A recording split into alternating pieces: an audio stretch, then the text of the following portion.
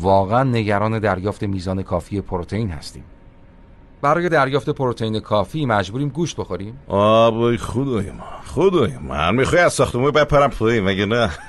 خب اول از همه تمام پروتئینا توسط گیاهان تولید میشه. دوباره میگم که ضبطش کنه، تمام پروتئینا اول توسط گیاهان تولید میشه، تمامشون، و لازم نیست که برای دریافت پروتئین بافتای جانوری بخوریم. تنها گیاهان توانایی واقعی اینو دارن که نیتروژن هوا رو بگیرن و مولکولاشو بشکنن و اون نیتروژن رو با آمینو اسید ترکیب کنن و بعد پروتئین بسازن. آره، هر پروتئینی که شما از جانوران میگیرین از پروتئین‌های گیاهی بازیافت شده. اگه شما رژیمی داشته باشین که کالری لازم رو تامین کنه و حتی چیزایی مثل برنج قهوه‌ای و بروکلی رو به میزان کافی دریافت کنین، پروتئین کافی رو میگیرین.